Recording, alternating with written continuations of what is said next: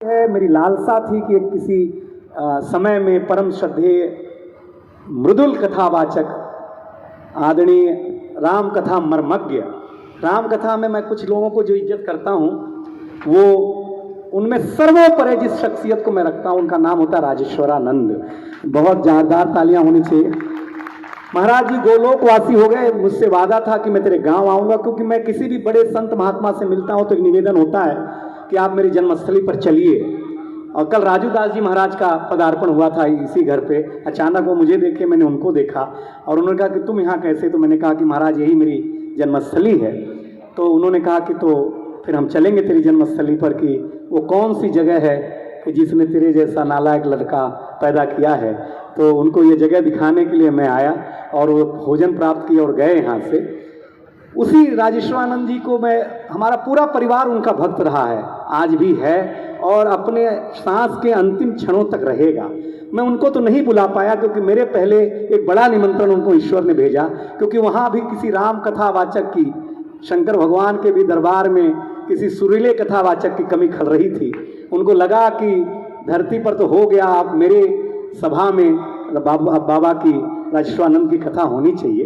तो बाबा गोलोकवासी हो गए, लेकिन मेरा सौभाग्य था कि मैंने उनके अंश अर्थात उनके सुपुत्र और बहुत ही मृदुल भाषी, बहुत स्नेही आदमी, उन्हीं का अंश पूरी तरह से उनके स्वरूप में, उनकी भाषा में, उनके विनोद में, सब कुछ जिनके राजेश्वरानंद जिनमें हैं वो ऐसे उनके सुपुत्र और हमारे बीच 500 किलोमीटर का सफ़र करके कुम्हरे को चीरते हुए हमारे गांव में पहुंचे हैं। मैं चाहता हूं महाराज जी, आज इस कलाकार का स्वागत आपके हाथ होना चाहिए, क्योंकि दो सुर अगर मिल जाएं तो महासुर, और महासुर जब मिल जाएं, मतलब वो वाला नहीं, आप समझ रहे हैं ना, महासुर।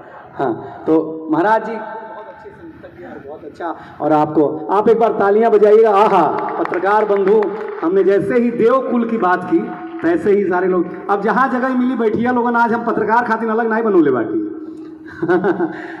घनश्याम जी, राजेश भैया, राजकुमार भैया, सारे लोग हमारे बीच आ चुके हैं। मैं अभी इंतजाम करवाता हूँ। हाँ, एक माला डाल करके भैया को।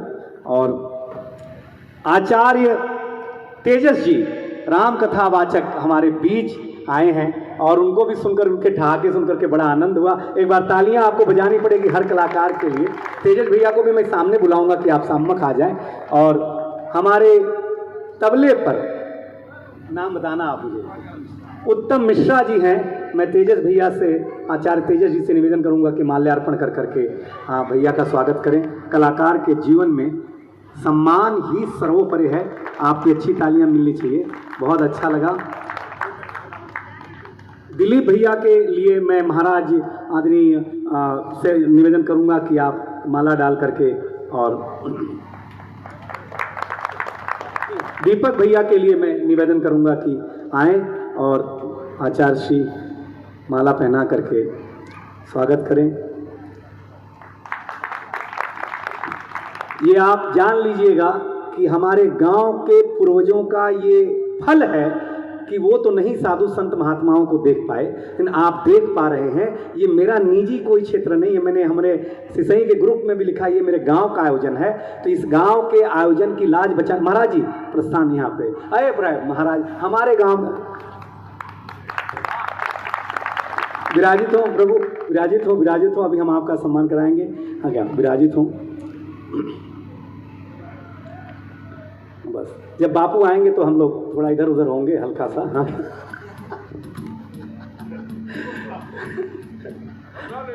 हाँ? तो ये संगीत की सभा जो है ये अब शुरू होनी